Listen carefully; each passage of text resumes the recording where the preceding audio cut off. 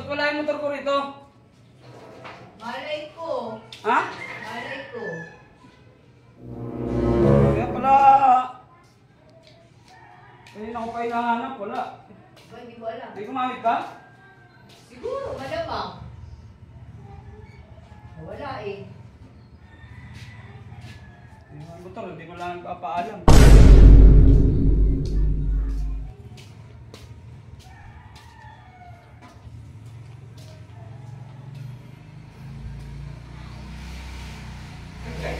Ayan ang motor mo.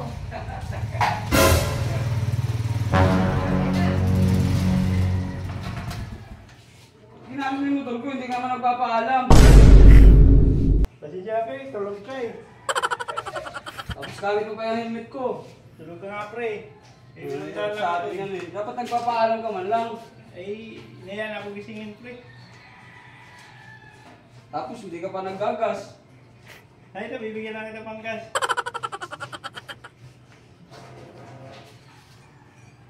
Ito eh.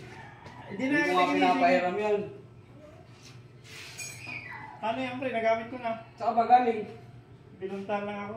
Dapat kasi ginising mo man lang ako. Bago ka manghiram. Hindi yung kukunin mo na lang yung susi. Wala pre, tulog ka. Pinuntahan lang talaga ako eh. Wala yan pre, bangas.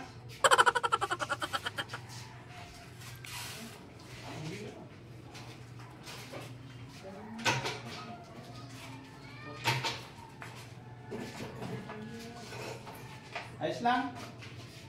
Eh, anong gagawin ko? Ito na. Pinalik mo. Na wala nagpapaalam. Kuha ka ng kuha ng gamit na may gamit. Eh, susunod pre, magpapaalam na ako. Yan ang katagisingin. Pwede naman kasing ano eh. Hindi yun laging gayon. Yung kukunin mo yung gamit ko. Okay, babalik ko na pre dun. Ikaw na. Ano? Nakakabad trip ko eh. Susunod, gigisingin na kita.